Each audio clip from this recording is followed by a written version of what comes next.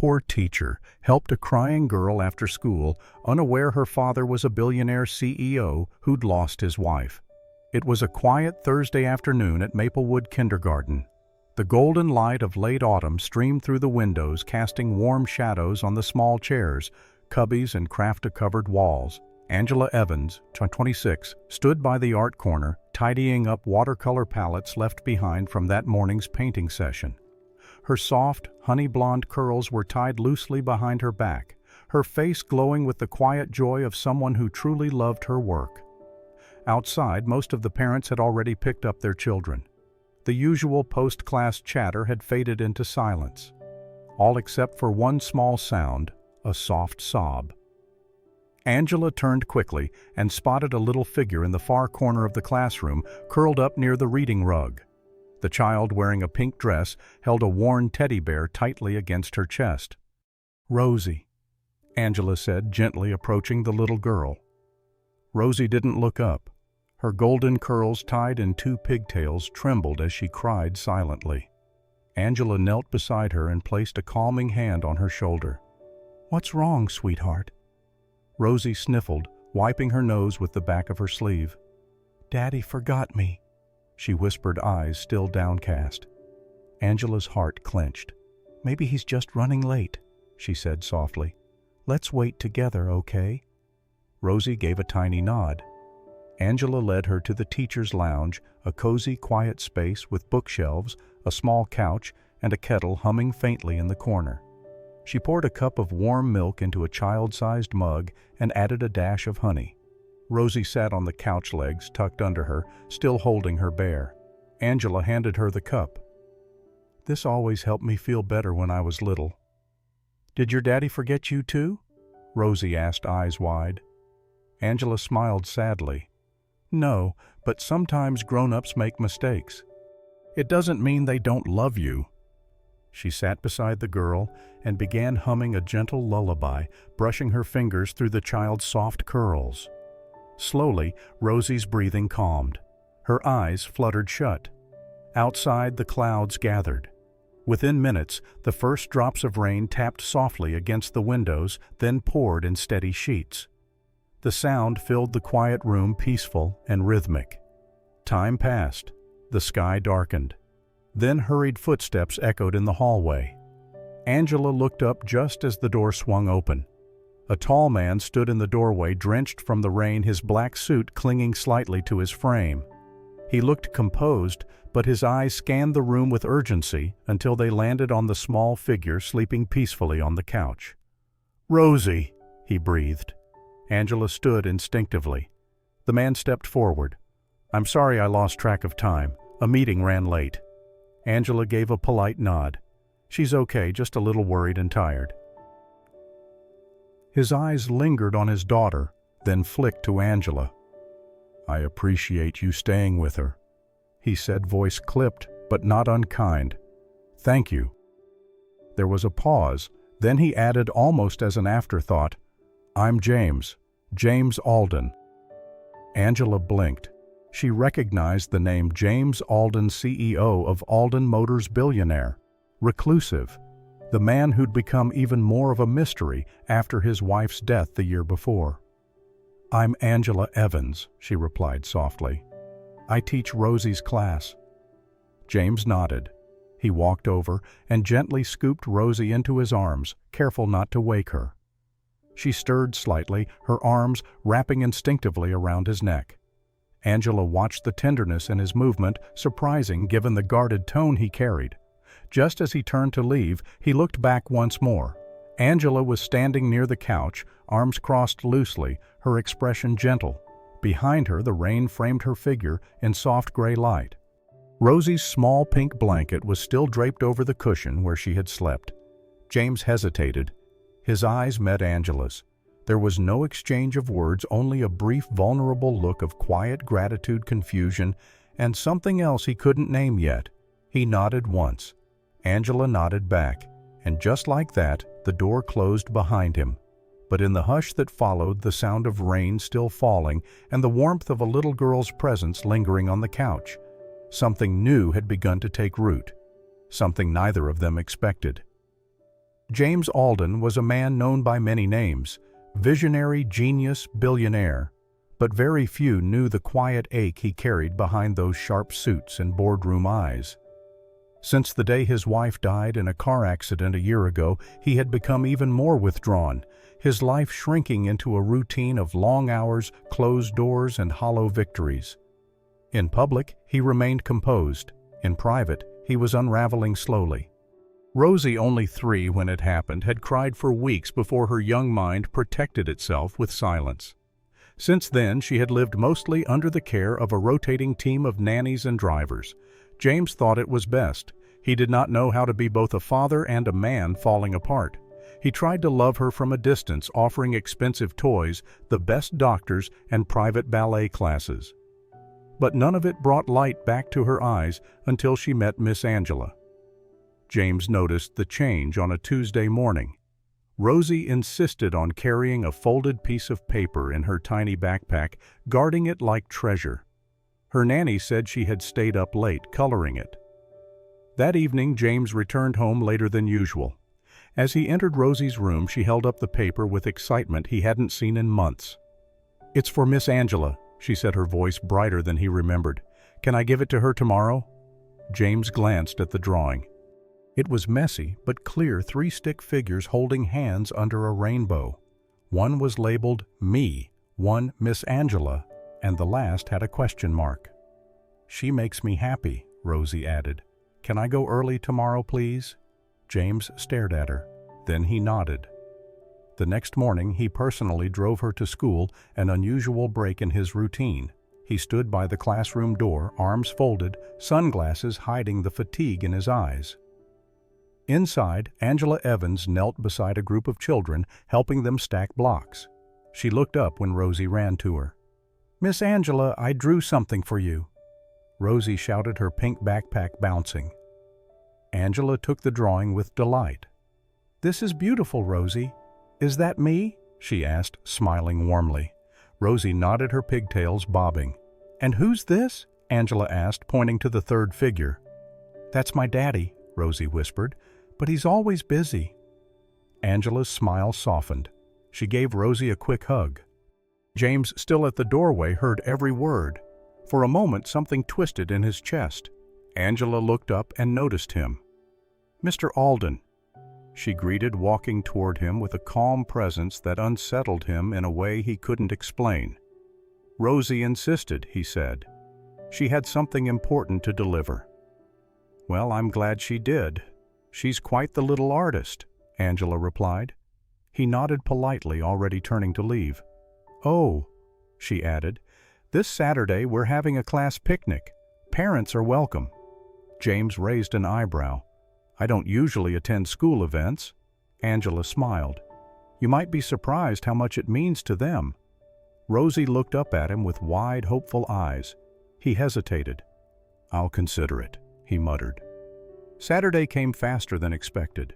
He spent too long choosing what to wear.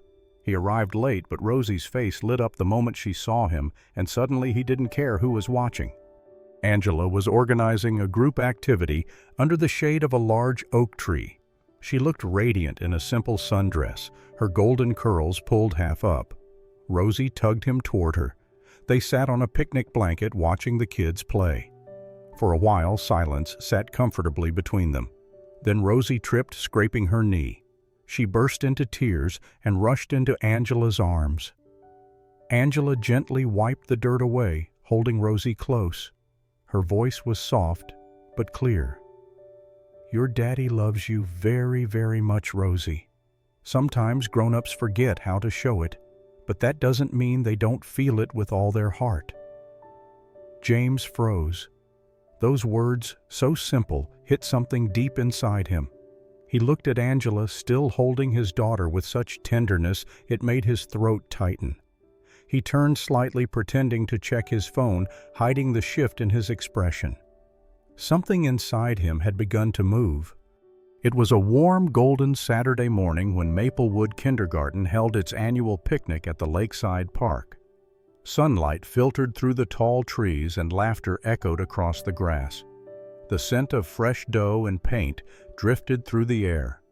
Parents gathered with their children for a day of outdoor fun, enjoying ring toss, painting ceramic animals, and the most popular station of all, the cookie-making table, shaded beneath a large oak tree. Angela Evans stood there, sleeves rolled up gently, helping the little ones scoop and shape cookie dough into stars, animals, and hearts. Her golden curls were pulled back loosely, her smile calm and reassuring as always.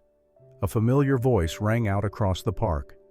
"Daddy, please help me," Rosie called, tugging James Alden by the hand, practically dragging him toward the cookie station. James looked uncertain, out of his element in a casual setting like this. He hovered behind the crowd, watching. Angela looked up and smiled. "Mr. Alden," she greeted warmly. "You're just in time. We're short one head chef," she added, holding up a tiny apron with flour-dusted hands. "This is the official uniform today. Hope you're ready." James chuckled awkwardly, but took it, slipping it on over his crisp polo. "I've never made cookies before," he admitted. "First time for everything," Angela replied. "Rosie's an excellent teacher." They began rolling dough together, Rosie laughing as she shaped hers into a lopsided heart. She placed it carefully on the tray, but it slipped from her fingers and broke in two. Her smile vanished. "I ruined it."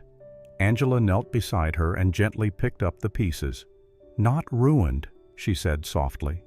She pressed the heart back together and used a bit of icing to seal the crack. "See this?"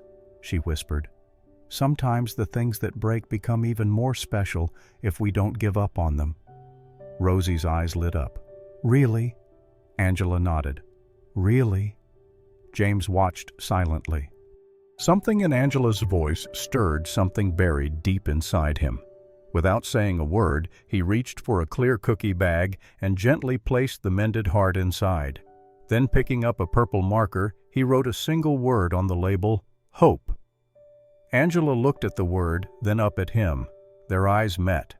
No words were exchanged, just a shared moment that felt heavier than it should have. He gave her a small nod. She returned it, the corners of her mouth softening. Rosie held the bag like it was a treasure, her face beaming. "Thank you, Miss Angela." "Thank you, Daddy." James sat back and looked at them both. Angela wasn't just a good teacher. She was someone who understood how to mend things that weren't just broken on the outside. And for the first time, he felt something shift, not in the world around him, but within himself. It was not the cookie that undid him. It was the quiet realization that maybe, just maybe, someone was helping him do what no amount of success or money ever could. She was helping him heal his daughter's heart and somehow his own. After the picnic, something shifted in Rosie. She became more cheerful, more affectionate, more alive.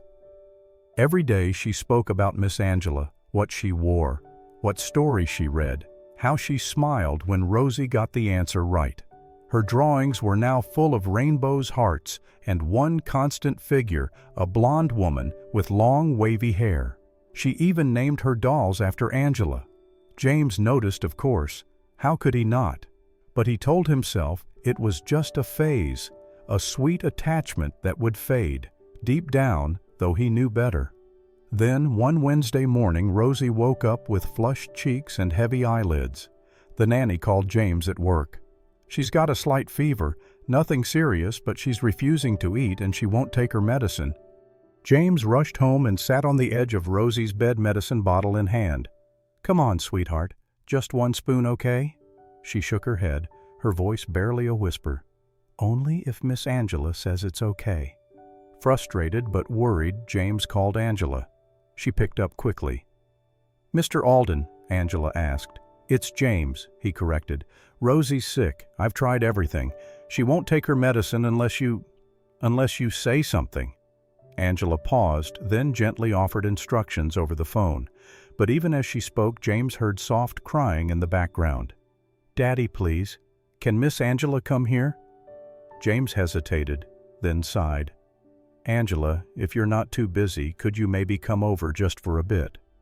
I'll be there in 20 minutes. She arrived with a canvas bag containing oranges, a small jar of honey, 2 homemade cookies, and Rosie's favorite picture book. Her presence alone seemed to lower the child's fever. Rosie perked up just enough to drink a full glass of warm lemon water and cuddle into Angela's lap.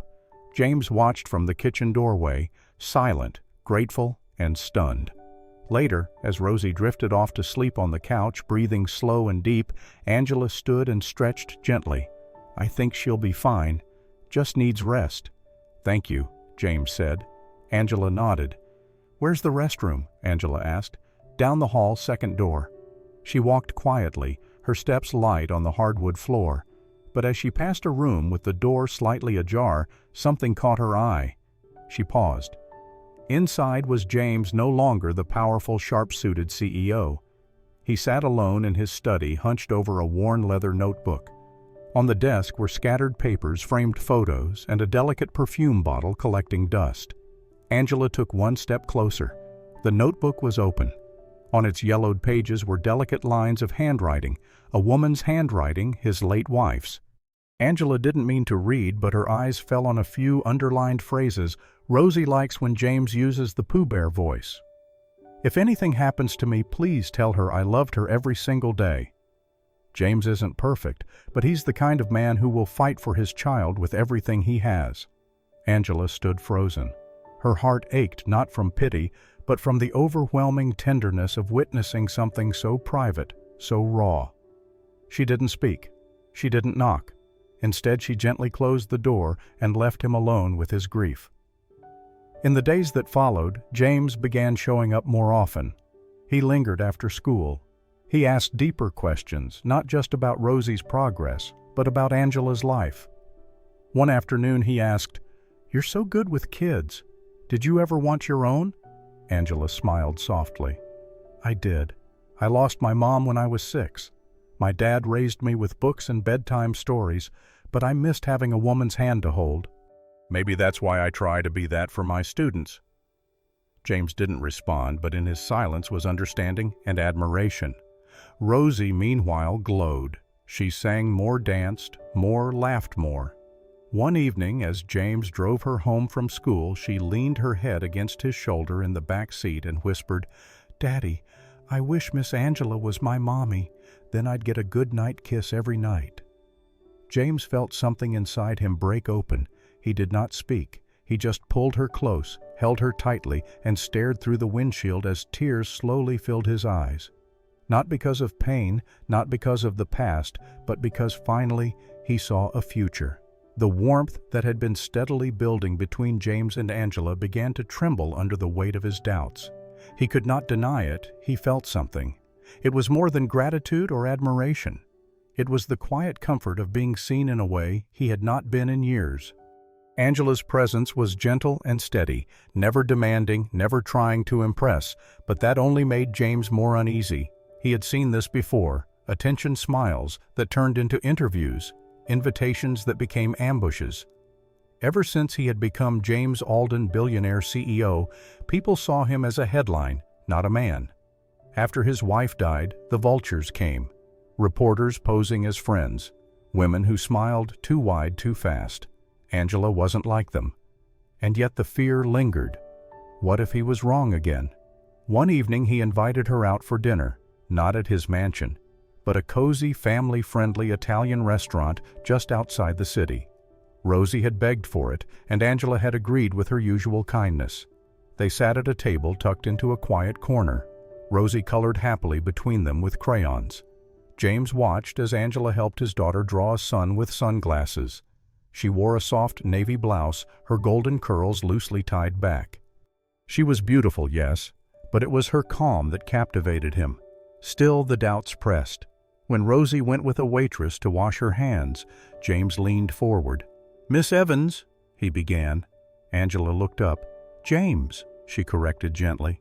"I think we've shared enough cookies and sick days for you to drop the formality." He paused, then asked, "Do you know who I am?"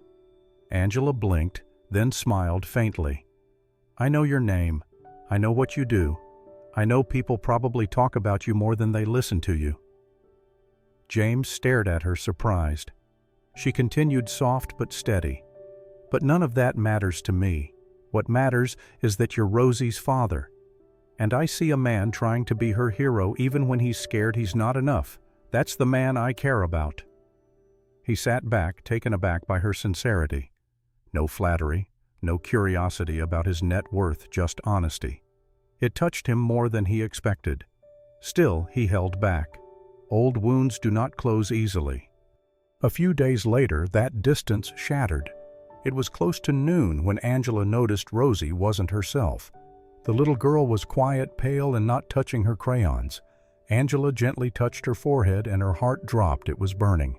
Without hesitation, she scooped Rosie into her arms and rushed to the school office. She called James while the nurse tried to help, but Rosie whimpered, clinging to her. This was no mild fever. Angela didn't wait. She buckled Rosie into her car and sped to the nearest children's hospital. James arrived 20 minutes later. His eyes scanned the waiting room until he found them. Angela sitting on a bench holding Rosie's sleeping form. Her arms cradled the girl close. Her eyes were red. He hurried over. "What happened?" Angela looked up, her voice cracking. "She was burning up. I couldn't wait. I'm sorry I didn't ask. I had to." James didn't speak. He sat beside her, his suit damp from the rain. Rosie was stable now, asleep in Angela's arms. Angela looked down. "I was terrified." And in that moment, James saw the truth. Not a teacher doing her job, not a woman seeking his attention, just someone who loved his daughter deeply, fiercely. He reached over slowly and took her hand. No words, no grand gestures, just his hand, warm and steady over hers. Angela looked at him, startled by the touch, and in his eyes she saw what words couldn't say. Gratitude, trust, and the beginning of something real. It began with a click. Just one photo snapped from behind a bush near the city zoo. James, Angela, and little Rosie walking hand in hand under the fading sunlight. Rosie held a half-eaten cotton candy in one hand, the other tightly clasped in Angela's. James carried a stuffed panda she'd won at a game booth. It was innocent, a spontaneous after-school outing, unplanned and sweet, but the world did not see it that way. By morning, the headline was everywhere. Billionaire CEO James Alden spotted with mystery woman. Sources say she's a kindergarten teacher. The photos went viral. News outlets speculated, blogs questioned motives, forums picked apart Angela's life. Who was she? Was she after money? Was this love or something calculated? Angela had never been under the spotlight, and she hated every second of it. The next morning, the school director called her in. The words were gentle but firm. "Angela, you've been a wonderful teacher," the director said. "But we've had calls from concerned parents, even reporters. There's worry about professionalism and public image." Angela's throat tightened. "I never meant for this to happen." "We know, but perhaps take a short leave just until things calm down." She nodded, forcing a smile. "Of course." Later, alone in her car, her hands trembled. She did not blame the school. She blamed herself for not drawing a firmer line, for letting her feelings grow. That evening, Angela sat on the floor of her small apartment, modest and warm. The space reflected who she was. Low bookshelves, paper flowers, a wall of crayon drawings from her students. Notes said things like, "Thank you for hugging me when I cried," and "You make school happy." She smiled at them through blurry eyes. A soft knock broke the silence. She opened the door, and there stood James, drenched from the rain, his suit-soaked hair dripping. He looked less like a CEO and more like a man unraveling.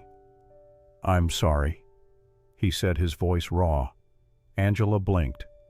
"What are you doing here?" "I saw the headlines," he murmured. "I saw what it did to you." She stepped aside without a word. He entered slowly, eyes scanning her home.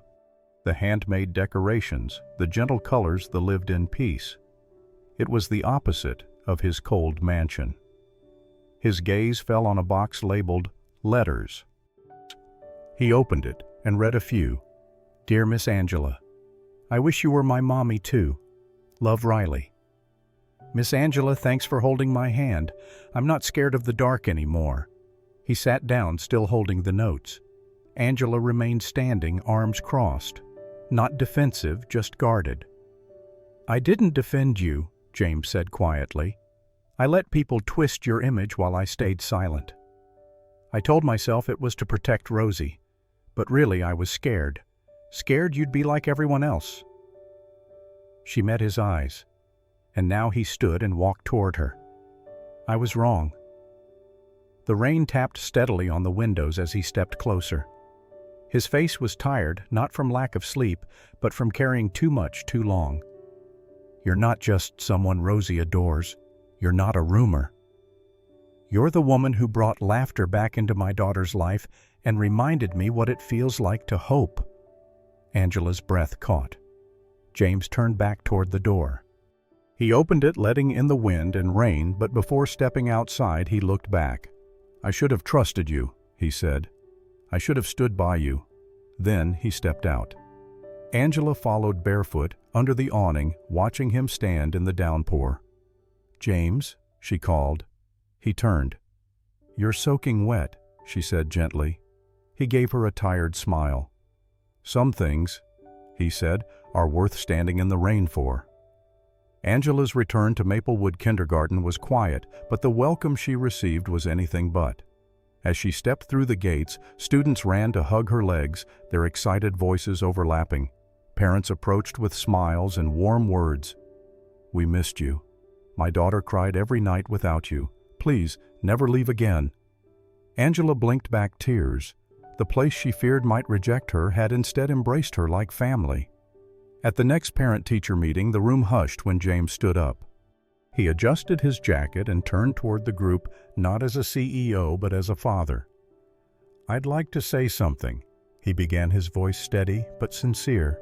"There were rumors recently, and I stayed silent longer than I should have. That silence cost someone I care about deeply." He glanced at Angela, who sat quietly near the back. "Miss Evans has been more than just a teacher. She's been a light in my daughter's life and in mine. I owe her a public apology and my deepest gratitude." The room remained quiet for a beat, then applause rose, tentative at first, then full. Angela smiled. A quiet nod of thanks exchanged between them across the room. Their first official date came not long after. It wasn't anything grand, just dinner at a cozy little bistro tucked between bookstores, the kind of place you'd miss if you weren't looking for it. A single candle flickered between them, and outside the window, rain tapped softly against the glass. They talked about everything and nothing. Angela told stories of childhood scraped knees and library adventures. James spoke of building toy robots in his garage before tech investors ever knew his name. For the first time in years, he laughed, really laughed, not out of politeness but from a place that hadn't felt joy in far too long. When they stepped outside into the cool night air, James offered her his coat. Angela took it without a word, their hands brushing as she pulled it over her shoulders. That moment, though, small, felt like something shifting into place. A few days later, Rosie handed them a drawing she had made at school. In bright crayon lines, 3 figures stood beneath a rainbow, Rosie in the middle holding hands with James and Angela. Above them she had written, "My family." James held the paper for a long moment, his throat tightening. That night, as Angela tucked Rosie into bed during a sleepover at the Aldens' home, the little girl looked up and whispered, "Good night, Mommy." Angela froze. Rosie smiled sleepily, eyes half closed. "Can I call you that?" Angela's eyes welled with tears. She nodded, leaning down to press a kiss to Rosie's forehead. In the doorway, James watched in silence. Later, as they sat side by side in the quiet living room, James took her hand. "I never thought I'd love again," he said softly. "Not after everything. But then you came into our lives quietly, kindly, and suddenly everything felt possible again." Angela leaned her head against his shoulder. "I didn't plan on any of this either," she whispered. "But now I can't imagine life without it." Outside, the stars blinked quietly overhead. Inside, 2 hearts began to beat a little closer. And in the room next door, a little girl dreamed under her rainbow drawing, safe, loved, and finally home. The morning of Rosie's kindergarten graduation bloomed with soft sunlight and the buzz of proud parents filling the school's garden. Colorful balloons floated near the stage, and rows of chairs lined the lawn. Children wore tiny blue caps and gowns, giggling as they tried to stay in line. Angela stood beside the stage, clipboard in hand, ensuring everything ran smoothly. Her golden curls were pinned gently at the back, and she wore a pale peach dress Rosie had picked out because it looks like sunshine. James arrived early, dressed in a simple charcoal suit without a tie. He exchanged greetings with a few parents, nodded to the principal, but his eyes stayed on Angela. As the ceremony began, proud tears flowed. Children sang, laughed, and accepted their certificates with wide grins. Rosie, of course, stole the show when she recited her poem and ended it with, "Thank you, Miss Angela, for being my teacher and my favorite grown-up." Laughter and warm applause followed. Then the principal returned to the microphone. "Before we conclude," she said, "one of our parents would like to say a few words." James stepped onto the small wooden stage. The sunlight lit his face, revealing a flicker of nervousness. He took a slow breath and looked out at the crowd, then straight at Angela. "My daughter Rosie," he began, "lost her mom when she was 3. I thought the best way to protect her was to build walls, keep the world out, guard my heart. But someone came along who didn't just teach Rosie the alphabet or how to tie her shoes. She taught her how to trust again." He paused, voice softer now. "And without meaning to, she taught me too." The audience grew quiet. Angela's eyes widened. Rosie sat on the front row legs, swinging eyes on her father. James stepped down from the microphone and walked toward Angela at the side of the stage.